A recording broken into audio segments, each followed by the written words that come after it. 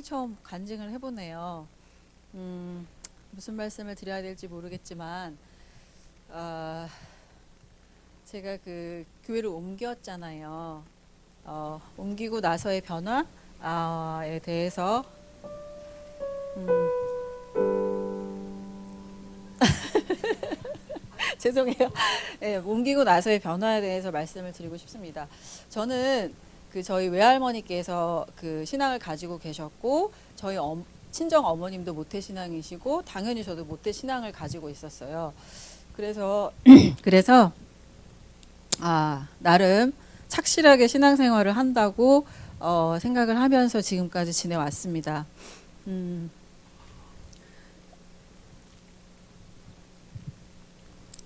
그런데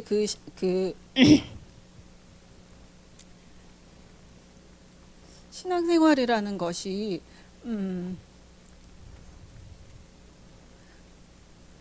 그냥 저한테는 공기 같은 거였어요. 아무런 뭐랄까 느낌이나 자각이나 뭐 깨달음 그런 거 없이 그냥 주일이면 교회를 가고 교회 가면 교회 생활을 하고 교회 생활이죠. 이게 신앙생활이 아니라 그렇게 하면서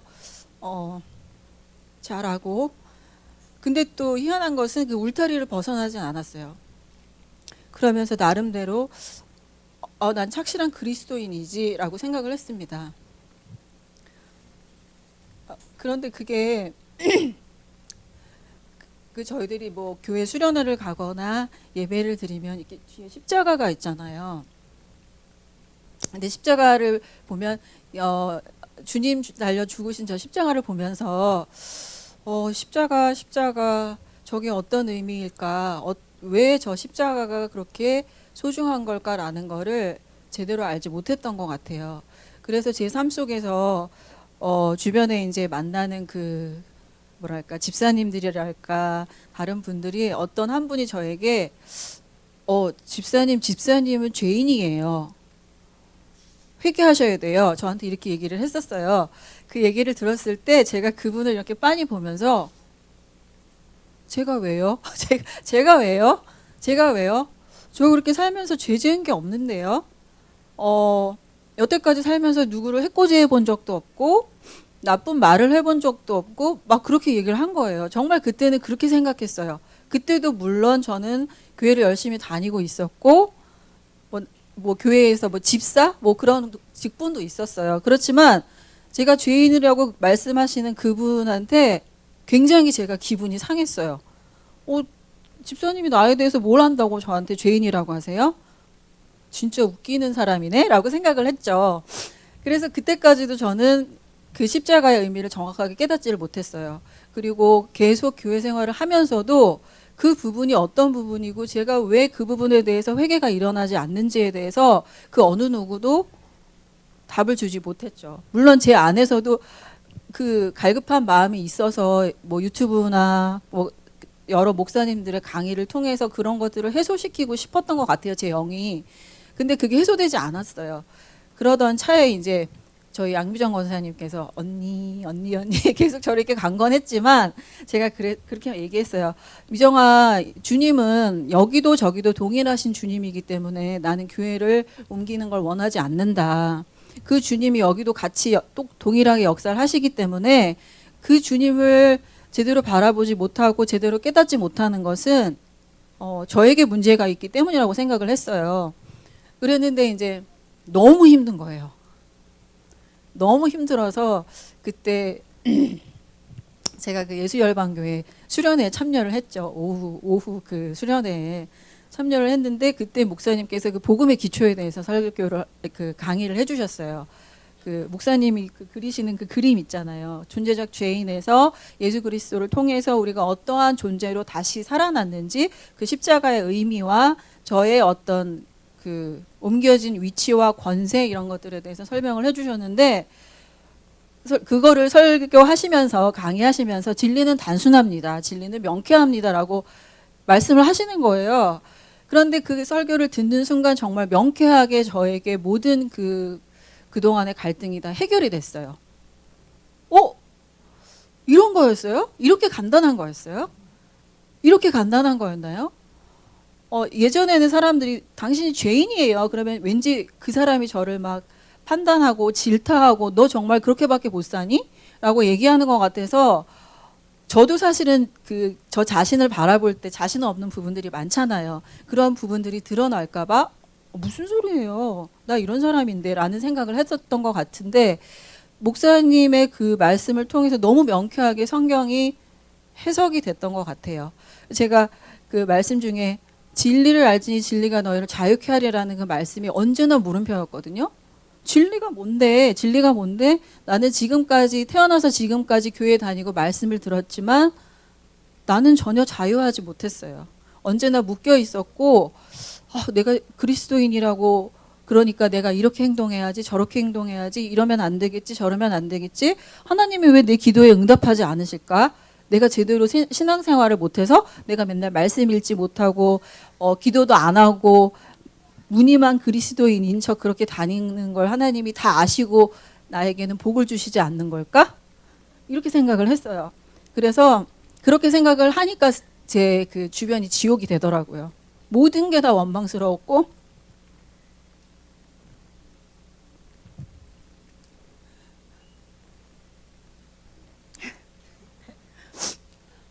그랬었어요. 그런데 그날 이제 목사님 말씀을 듣고 나서 바로 제가 결심을 했어요.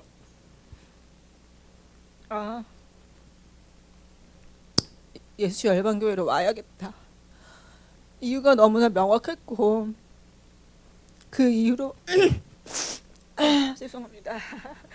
그 이후로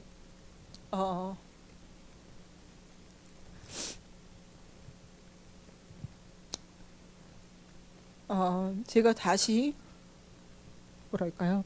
태어났다고 해야 되나? 신앙적으로 볼 때.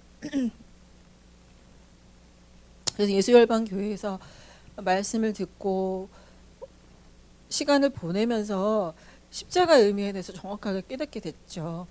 그래서 이래서 십자가가 주님이 예수님이 그렇게 눈물 나도록 감사하고 귀한 분이셨던 거구나. 그러니까 예전에는 그냥 뭐랄죠 앵무새처럼 다른 사람이 그러니까 나도 말해야 될 것 같고 어렸을 때부터 배워왔으니까 그런가 보다 그렇게 저를 정말 저의 고백이 아닌 그런 것들로 저를 세뇌시키면서 너는 그렇게 말해야 돼 그렇게 생각해야 돼 이렇게 억지로 저를 제 스스로 제가 가두면서 제대로 주님을 바라보지 못하고 도대체 저 십자가가 뭐지? 왜 저 십자가 자기를 부인하고 자기 십자가를 지는 게 도대체 뭐지? 말씀 한 구절 한 구절이 다 의문이었거든요.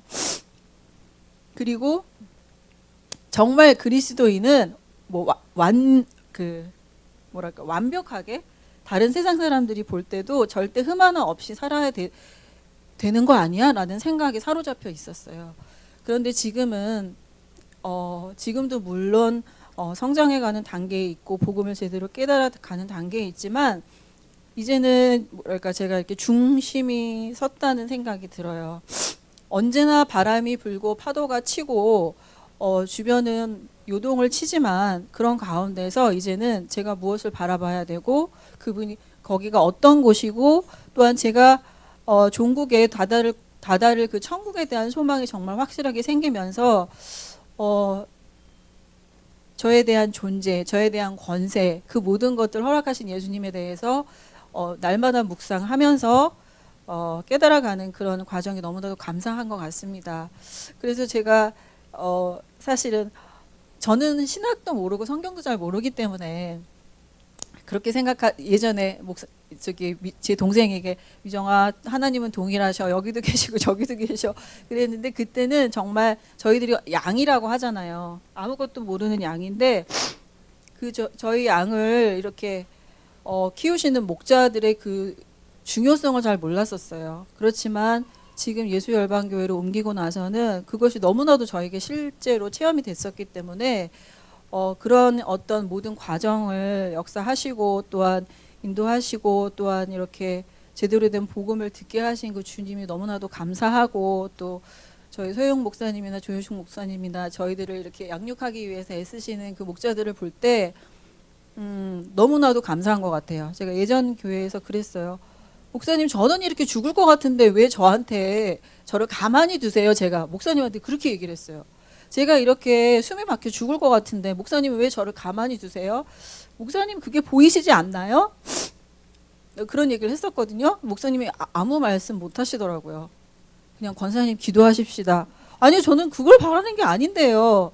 제가 이렇게 힘들면 목사님이 뭔가 저에게 액션을 주셔야 되지 않나요? 막 그렇게 제가 예술연합교회를 옮기겠습니다라고 목사님을 찾아갔을 때 막 따졌던 것 같아요. 근데 목사님이 거기에서도 정말 제가 평생 들어왔던 그런 대답 말고는 답을 안 주시더라고요. 그래서 그 말씀을 나누면서 제 결심이 더 굳어졌었어요. 아, 정말 나는 옮겨야 되겠다. 옮겨야 되겠다. 그런 결심을 하면서 사실은 제가 되게 우유부단한 성격이라 뭐를 결정하고 결단하고 빨리빨리 일 처리를 못하는 성격인데 정말 교회를 옮긴다는 건 제 일생일대에 굉장히 큰 사건이었거든요.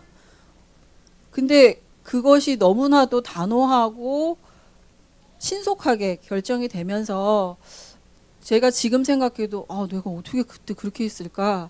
정말로 내가 살고 싶었구나라는 그런 생각이 들었습니다. 그래서 그동안 제 안에 쌓여있던 뭐 미움이라든지 불만이라든지 물론 지금도 되게 투덜투덜 돼요. 그렇긴 하지만 그런 것들이 제 안에서 해소 변화 해소 어떻게 표현을 해야 될지 잘 모르겠어요. 그런 것들이 예전에는 막 그런 것 때문에 불같이 화가 나고 정말 잠이 안 오고 너무 화가 나서 막 제 감정을 어떻게 추스리지 못하고 막 그 분을 토해내는 제 모습이 있었거든요. 근데 지금은 제 주변엔 변한 게 별로 없어요. 똑같아요. 그런데 지금은 제가 너무나 괜찮은 거예요. 그런 것들 속에서 예전에 이렇게 막 저를 어찌어찌 하지 못했던 그런 것들이 지금은 그 자체로 보이고 그 자체로 감사하고 또한 제가 얼마나 가운데서 부족했었는지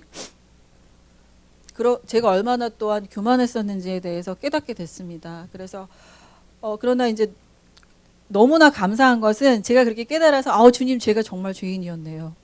이렇게 아무렇지도 않은 건 아니지만 정말로 정말 그래서 제가 죄인이었군요, 주님.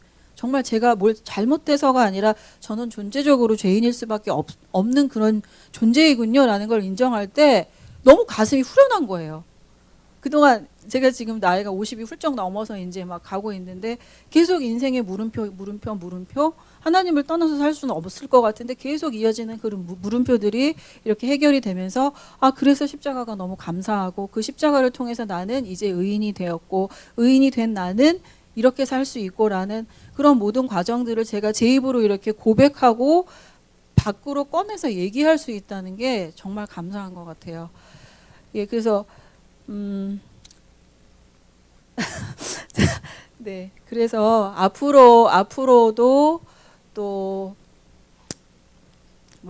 지나가는 그 다가올 모든 그 시간들 속에서 역사하시는 그 주님을 소망하게 되고 또한 제가 생각하고 상상할 수 없을 만큼 저를 사랑하시고 저에 대한 모든 계획이 이미 완성되어 있으신 주님이 계시기 때문에 이제는 제가 이제 걱정이 없다는 거죠. 저 되게 걱정하는 스타일이에요. 저희 황 집사님이 저한테 제발 걱정부터 하지 말라고, 이게 저의 평생 제가 들은 그 소리인데 제가 그렇게 걱정을 많이 하는 사람이거든요. 근데 그런 것들이 사실은 주님이 계속 남편을 통해서 저에게 말씀하셨던 것 같아요. 걱정하지 말아라, 염려하지 말아라, 그렇게 말씀을 하셨던 것 같은데 저는 그 소리를, 주님의 소리를 듣지 않고 남편이 저를 자꾸 질책한다고만 생각을 한 거예요. 전혀 그게 아니었던 것을 깨달으면서 그 지체의 그 배우자를 만나게 하신 그 축복, 그것이 애초부터 하나님의 계획 안에 있었다는 것을 느끼면서 목사님이 그러시잖아요. 모든 게 관계가 회복이 되려면 부부관계가 회복이 돼야 된다. 그런데 제가 남편을 향한 그 마음이 계속 열리고 더 좋아지는 거예요. 너무 저는 좋았어요. 그런 부분이. 예, 그래서 그런 부분에 대한 감사가 사실은 주변의 다른 어떠한 환경에 대한 것보다 저를 더 안정감을 가져다 주고 행복하게 하고 한다는 거를 알면서 느끼게 되고, 또한 그거를 직접 체험하게 되면서 제 안에 살아계신 주님을 계속 제가 체험하는 거죠. 제가 어떻게 그렇게 마음을 제대로, 항상 내 마음은 내 마음대로 잘 안 되잖아요.